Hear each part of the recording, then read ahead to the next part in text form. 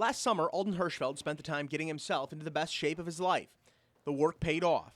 He was having his best professional season on the ice and was up in the American Hockey League with Grand Rapids. But everything changed in January when Hirschfeld had a seizure while sitting on the bench during a game.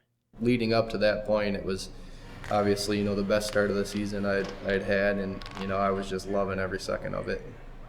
It was a home game in Grand Rapids, and, my family, my wife, daughter, everybody came up for the game. They hadn't seen one yet. They've been doing battle for the last 30 seconds. Now Louis-Marc Aubry picks up a loose puck, plays it out in front. I had an assist, we were winning, I was all excited, and then next thing I know, I woke up and I was at the hospital. Alden had a seizure on the bench. He has a past history of seizures. It's never happened during a game, but he's at the hospital right now with his family. His family's in town, and he's stable, and he's going through further testing. From the seizure on, I don't really remember anything, but later on, when I was in the hospital, I kind of realized, okay, this isn't a good situation, and I had tons of questions coming into my head, like why did this happen? Like, what did I do? I don't understand it. One day I was driving across state and had the game on, and I heard something had happened on the bench, and that a player was down, and something clearly was not right. You know what? They're something's wrong. Something's wrong here. Something's seriously wrong now. There's a little bit of a panic. You got somebody down on the bench. Oh boy. Oh my goodness! Everybody is off the Grand Rapids bench. They've opened up they're bringing out a stretcher. Yeah. A couple days later, I was contacted about seeing Alden in the clinic, and that's where we first met. Detroit and Grand Rapids staff decided that, I better take the rest of the year off and kind of try and figure out exactly what's going on. So they got me set up with the top surgeon and epileptologist in the country. He came in with his wife and his mother, and they gave me a fairly good overview of what had happened not only in the last year or two, but there was actually some interesting history that had gone back a number of years earlier too. Well, I'd had a couple prior, but they had only been when I was asleep at night. And I was on medication, had, some tests done, and I was still healthy and okay to be playing because they had been when I was asleep, nothing when I was awake. And then, with having this one while I was awake and in a game, obviously it's dangerous. He had already had some brain pictures taken in years past, which he provided to me. And one of those pictures shows an abnormality in part of the brain called the temporal lobe on the left. Probably something he'd been born with, a few abnormalities he'd been born with that looked like it might be an area where the problem started. He had a type of benign, what we call vascular malformation, where there's a nest of blood vessels that have formed kind of an unusual structure that isn't supposed to be there.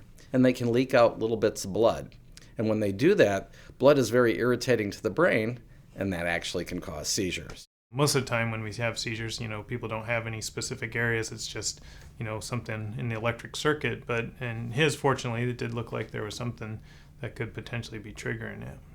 With what had happened on the bench, he knew that he may have some significant restrictions if he wasn't more proactive, because the medications that he was on were helping, but not to the point that had made him completely seizure-free. Alden is on a little bit of a time bind, too, because of surgery tomorrow.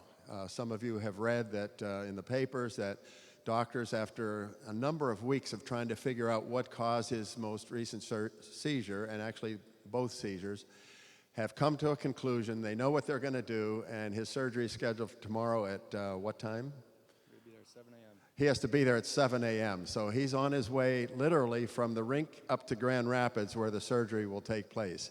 I was just kind of frustrated not being able to play, and then I would, pray about it and just ask for, guidance and support and to help me learn why. And I think, over those, the last 2 months of looking for an answer, just talking with more and more doctors and learning exactly what's going on in my head and where this malformation is, and potentially, removing it, you'll be, then seizure-free, hopefully, for the rest of your life. And with having, like I said, my wife and a young daughter, that's more important, obviously, is, the next 30 years, not the next, 3 days. He clearly loves playing hockey, and he had a perspective, well, This was not something I wanted to happen on the bench, and I want to do whatever I can so I can get back out on the ice and not have this problem. In his specific situation, the area of concern was deep in the brain, so there's a lot of tissue they had to go to get through to get there, but it's also the area of the brain that involves memory and personality. And so it was a little bit of concern of how much normal tissue would be affected, how much problems he'd have, following the procedure. And then anytime you're talking about memories and personality, we're worried about what that means for him long term. And the left temporal lobe, where mine was all the way basically right up against the little wave in the middle of your brain, and there was a malformation that was causing the seizures that needed to be removed. So in order to do that, they cut open from right here on my forehead all the way down to my ear here. When Alden texted me a picture from the hospital, a picture of his head, and I thought, it went from scary, because brain surgery is scary, like heart surgery.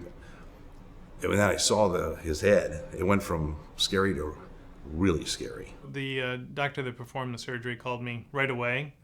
He said things were as good as could be expected. He was doing great, needed some additional monitoring for a little bit because of the extent of the surgery, but should be going home, on time and back home. I couldn't do anything for about 8 weeks. It was the first 3 weeks where I wasn't even, I didn't really get out of bed. I was sleeping pretty much 20 of the 24 hours. He would stop by, and we were able to talk with him on a weekly basis, and it was tough for him to come to the arena because he wanted to play, he wanted to practice, but at the same time, he made sure we were aware of when his doctor's appointments were, what the next step was. And I never forget when Alden came back to start to work out again. And I'm not going to lie to you, very uneasy.